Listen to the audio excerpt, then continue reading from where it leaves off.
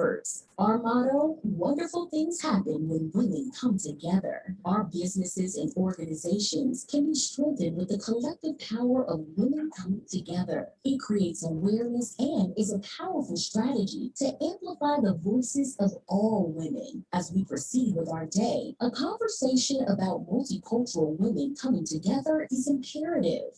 WEOP's success is attributed to the strategic relationships with organizations such as the Center for Asian Pacific American Women and other entities. Spearheading the discussion is Terri Gleaton. She leads WEOP's advisory board, is a business partner, and mentors women in business. Terri Bridges is the vice president of Gleaton Associates, full-service property management company that serves landlords worldwide, including in 13 metro Atlantic counties. She is a top million-dollar realtor, serves on the boards of several nonprofits. She is joined with two other dynamic women, Sue Ann Hong, president and CEO, Center for Asian Pacific American Women, CAPAW, and Andrea Rivera, CEO and founder, H3 Media. Good afternoon and welcome, you guys. Thank you so much for your time today. And I also want to thank WEOP for having the insight to put together an event that is a topic that's near and dear to my heart. I want to thank the sponsors and our speakers that I'll be introducing momentarily from the panel. So I'm Terri Marie Gleaton, and I'm so honored to be here. And yes, I do serve as the advisory board chairwoman for WEOP, and I absolutely am passionate about what we do. I joined WEOP several years ago when I myself was going through a dark time, and I needed to strategize with women that were doing the things that I wanted to do. And in my own community, in my own circle, I was not able to achieve that. So that's why I think this panel discussion is so very important, because I think so many times we're in that dark place and we need a little light at the end of the tunnel. And WEOP was that light for me. And I'm just grateful for the organization. And in a few short years, I've been able to do some very dynamic things with business relationships that I created, with the strategies that I got working with WEOP. And so serving and working there has just been instrumental to me connecting the dots with powerful women all over the world. So definitely want to just give that 2 cents back to WEOP. But just right quick, a little bit about me. So I am a multicultural woman. I am biracial. I'm Native American. You see, I'm wearing some of my Native stuff right now. And I'm also African American. I was born on an Indian reservation in Lawton, Oklahoma. And I lived there for the first 5 years of my life. And then I went into foster care. I was a foster child for 3 years. I moved to several orphanages and moved around Oklahoma quite a bit. And one day I was pulled from my third grade class, and I was told, "You were adopted." And I said, "What does that mean?" And I was adopted into an African-American family, and my parents are educators.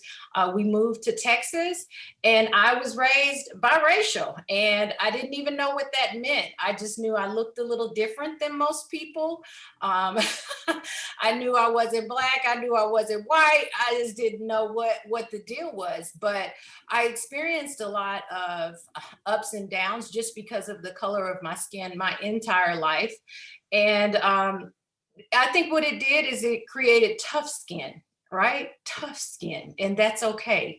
And so it's made me who I am today. So I want to speak on that, coming and bringing our cultures into our business life. How do we do that? So I just wanted to share a little bit of background about me and how important it is for us as women to understand that multicultural women, you know what? We're the key to the future. We are the key to the future.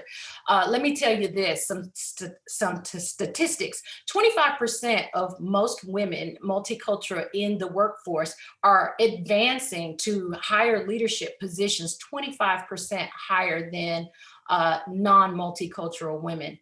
That's pretty impactful.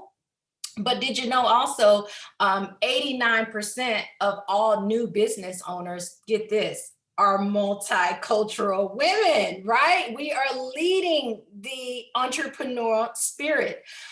Even though there are advancements in corporate America, I really believe that becoming an entrepreneur and writing your own destiny is truly the way to wealth in this country. So I'm just eager to dive in and introduce some of the ladies, but I just wanted to share a little perspective. It's so important that we let our guard down just enough to connect with somebody that's doing the things that we want to do.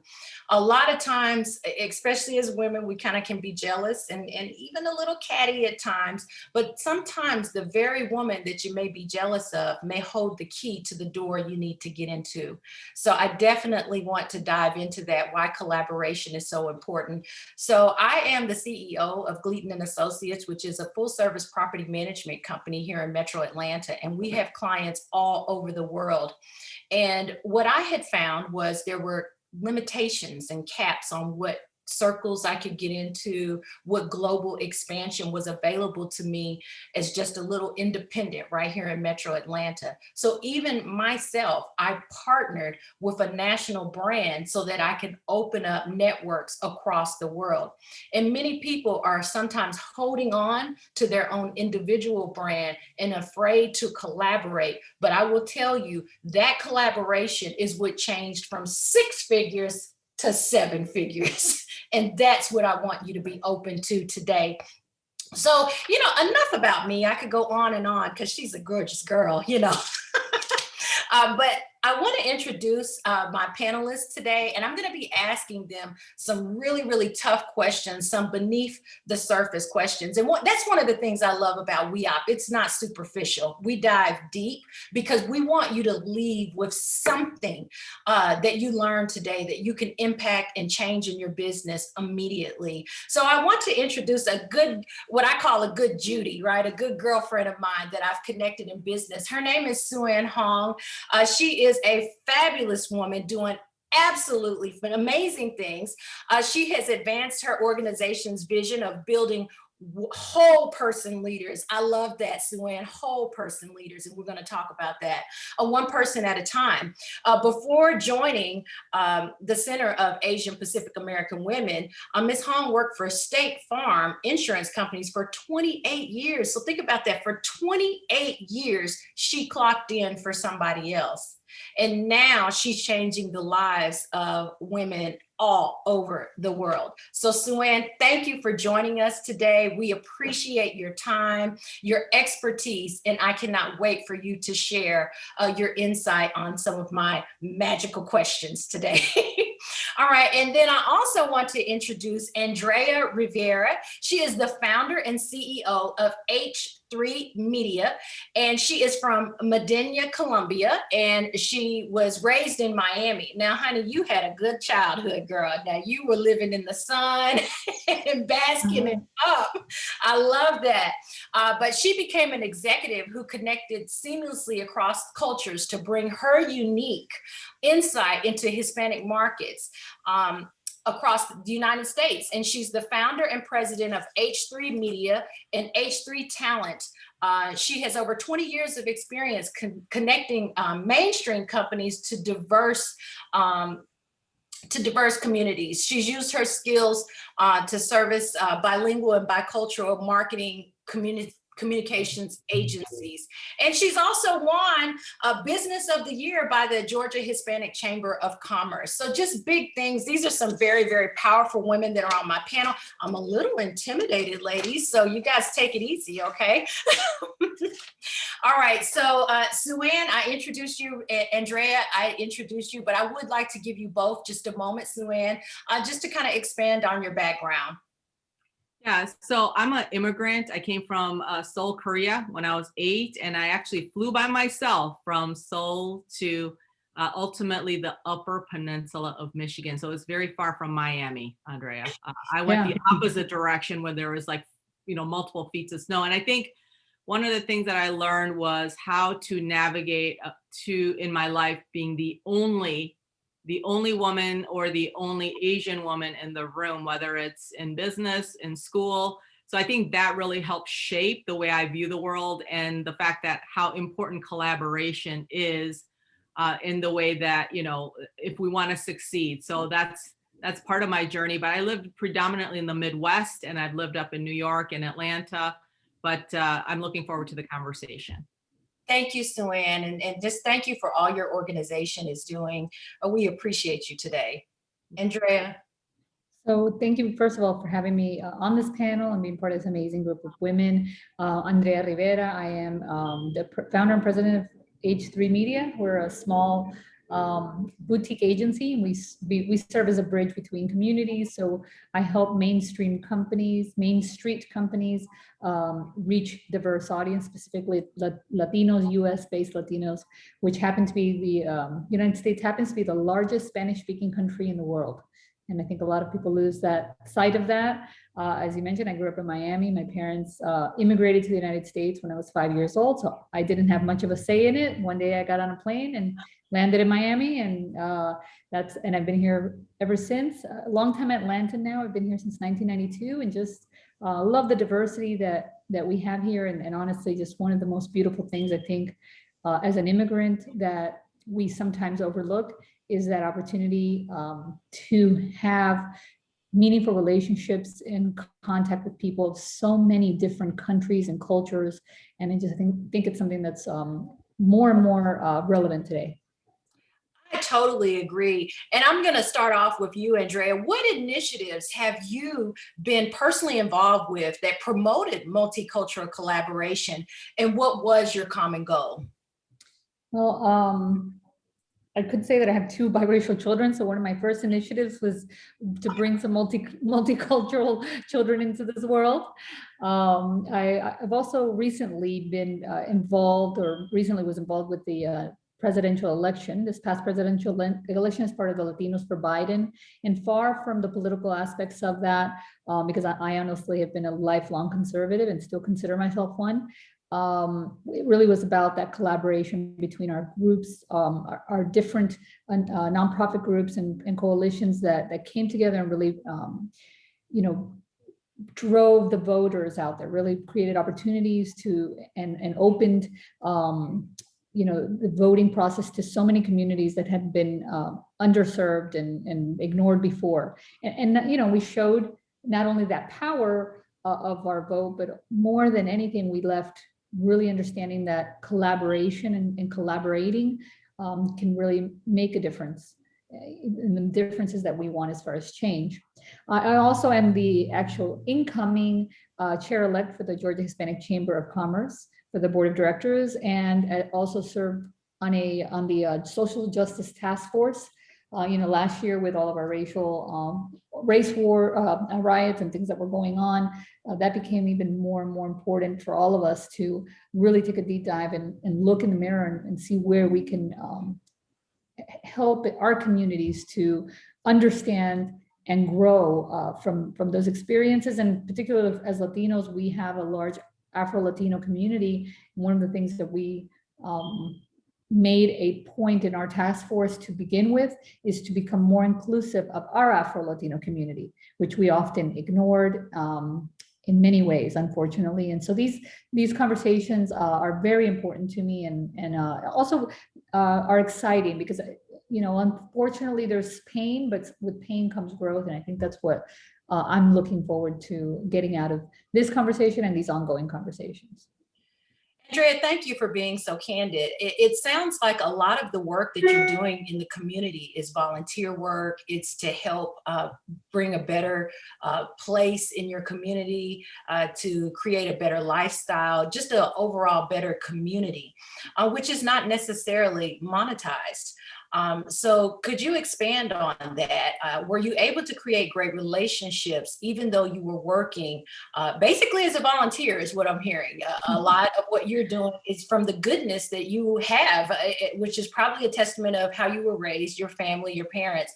So could you just expand on that? Because I think a lot of times people feel, especially women, we feel like we have so many things on our plate: family, kids, school, homeschool, groceries, and career, professionalism, being involved in the community. Why are you not afraid to get in that sector, and how does that transcend into your business? I always wanted to sing, and I still sing. Just people ask me to stop quite often. And I say this because I think we're all looking for that area or that talent that we have and we bring to the table. And it took me a long time to really understand that my talent maybe wasn't on the choir at church, but it was serving others. So I've really never looked at my service as how it could help my business. I can tell you that it is driven by my experiences in childhood. I loved what you shared, because I think that a lot of times people see successful people in general and don't understand what lies beneath that success and what has gotten us to where we are. I love my community. I know what my parents, the difficulties that my parents experienced as immigrants. For Latino immigrants and for actually immigrant children in general, especially those whose parents don't speak the language, we quickly become the adults in our families. So, by age of 10, I'm doing taxes, I'm signing leases, helping my parents buy cars. I'm the one reading bank statements. I not only am the translator, but almost the advisor to my parents. And we grow up pretty quickly as immigrant children. So I just, a lot of my service and my drive to serve others has really become, is based on just creating better pathways for other people. And that's how I look at it. And then how it transcends to my business is people always tell me like, oh, God's going to bless you so much. And the truth is I enjoy a life that I never could have dreamed of. I'm by no means rich, but I definitely enjoy a very privileged life as a result of my hard work. And I guess in part, some of those things that I do from the goodness of my heart get paid back or paid forward to me. And so that's kind of how I look at it. Thank you for sharing that. That shows that passion. And when I'm mentoring women, that's one of the things I tell women all the time. If you find passion in what you do, you'll never work a day in your life. And it sounds like you found that passion. So you're just enjoying life. So congrats to that, because that is something that I think most people are aspiring to do. So Sue Ann, oh my goodness, we work together. So I know on a personal level that this is something you're very passionate about. So I want to put the same question to you, Sue Ann. What initiatives have you been involved with that promote multicultural collaboration, and what was your common goal? Thank you, Terri. First of all, Andrea, the things that you said totally resonate. Your values and just, your family story. I think a lot of us can relate to that, especially if you're an immigrant. First of all, let me talk about the impact of multicultural women. You're talking about right now, women, multicultural women are 39% of the US female population and projected to be 66% by 2060. And, one of the things that I learned was that, they are very ambitious at the beginning of their career. If they start at corporate, they feel excited about what they can achieve. And then their excitement wanes because of all of the barriers that they're dealing with. And guess what? They start a side hustle. And they start doing that. So, you know what? I'm going to keep working here, but I'm going to start this over here. A consulting firm, coaching, whatever it is. And guess what? Ultimately, they're going to jump off and start doing that effort and drive their own path, just like what you both are talking about in terms of entrepreneurism. And so part of my effort and support for Asian women and multicultural women is, number one, is what can I do to uplift? What can I do to provide visibility? And then what can I do to do skills building? And then what can I do to help connect you to other people? I'm a nonprofit organization, but I almost function like an entrepreneur because it's like a staff of one. And then I run with like 100% volunteers and one part-time assistant. So it's very small, but I can drive a lot of things if I collaborate. So as an example, with WEOP, thank you, Antoinette and Mary Ball, for being such wonderful partners. But we've had 2 events now, one with CAPAW and WEOP for Multicultural Women. And then we expanded it to include then Hispanic and Native American women, who, by the way, are probably even more invisible than Asian women. And so from a national perspective, I think, I can help women and multicultural women by bringing them to the forefront, having the conversation, bringing visibility, and having the tough conversations about what's getting in their way. And I think that's something we all have in common. Yes, there are cultural nuances and differences between the cohorts, but you know what? We all want better life. We all want opportunities. We all want better things for our kids. There are commonalities more so than even differences. So I think that's the platform that I feel very passionate about, that I can directly support multicultural women. The other thing is, I just got received over the weekend, you guys, I have to mention the Atlanta, from a coalition building, the Atlanta mass shooting, and the fact that this is where I live and this is where it happened.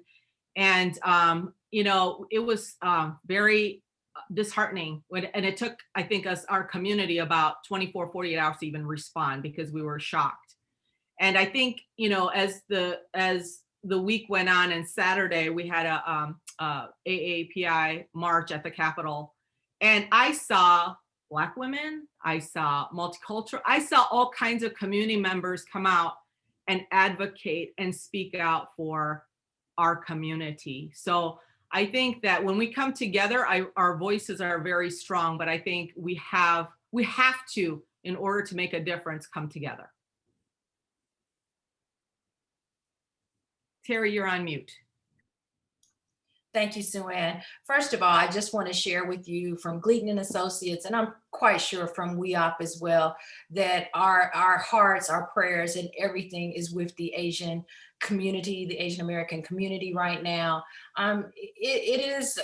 It's tragic what's happening, and it's so important that we come together as minorities, because what's your fight today may be our fight tomorrow, and we want to know that we're sisters in arms and attacking these issues together.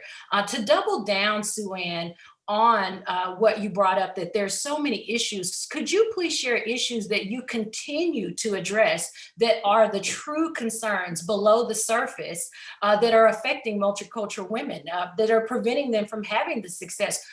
Please share those issues that you're seeing below the surface that we're not talking about on Main Street. Well, I'm going to start with the obvious, which is job losses due to COVID-19 and the impact of especially Black and Latina women, as well as small businesses. Working with the National Asian Chamber of Commerce it's amazing the impact, because it doesn't take a lot to make a small business unstable, right? So from a perspective of funding, from a perspective of, even just getting the opportunity, I think race, gender, which by the way, for Asian women, it's very hard to separate the two, race and gender issues. It is very difficult. And I think the trying to move ahead, whether you're a business owner or whether you're in corporate or nonprofit, to be taken seriously, to be, to get past the color, to get past, the perceptions and the stereotypes, to get access to whether it's leadership position or capital, or those are still things that we still deal with. And specific for Asian women, the misogyny, the over, sexualization of women, and how that perception then comes out in these types of horrific incidences. So I think we have to talk deeper than just about the obvious, to your point. But I see access and racism, sexism still as major issues. That is so true. And it's something that a lot of time the men folk, I'm a country girl, so I said the men folk a lot of times don't want to talk about. And that's why it's important for us not to be at the table, but to build the table, and then let them come have a seat with us, okay? Andrea, right quick, before we go, I would like to know what have been some of the lessons that you've learned, and how can women overcome these and come together? You have achieved such massive success, and and you're so humble, and you say, I've just got this little business, but you are doing phenomenal things, Andrea. And so many people are watching right now. They want to achieve the exact same success. So tell us just quickly, before we end the session, what lessons have you learned, and how can more women come together and get in this success space? I think that the power of we is a big lesson for me through this past year, whether it's the COVID situation, all of our issues with race relations in America. I think it's allowed us to see that coming together and really collaborating and having intentional conversations and really getting close to people that are different than us and moving beyond this word tolerance. I think we cannot ever use that word again. I think we really need to move to a space of love and endearment with each other, which means that you're intentionally getting to know another culture. And I'll tell you what I walked away with from this last year. There have been so many times that I have stayed quiet when people have made racially charged jokes, comments, just blanket statements about another group. And I have made the intentional decision that no matter what, I'm going to speak up and correct people. I do it lovingly. I remind them that there's good and bad in all of us, and that even our differences, just because we're different doesn't make us good or bad. And I think we have to have more of that in order to heal, in order to love each other, and to grow as a nation and as a community.